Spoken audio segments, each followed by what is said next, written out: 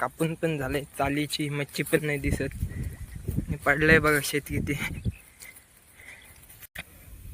गाय चिंबोडा पाहिजे होता तर भेटलंय बघा. काय बोधी आले पगोलीत आपल्याला.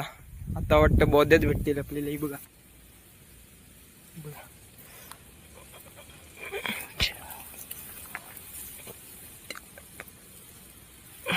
बघा गाईच बोधी. तिला शेतात टाकू आपल्या. हे बघा इकडे किती गवत आहे. आता इकडे टाकलंय पगोली. हे असल्या गवतातून जायला लागेल आपल्याला. गवत बघा बघा, आपल्या गवतातून कॉल जायला लागेल आपल्याला. चिमणीचे घरटे पाहू शकता तुम्ही.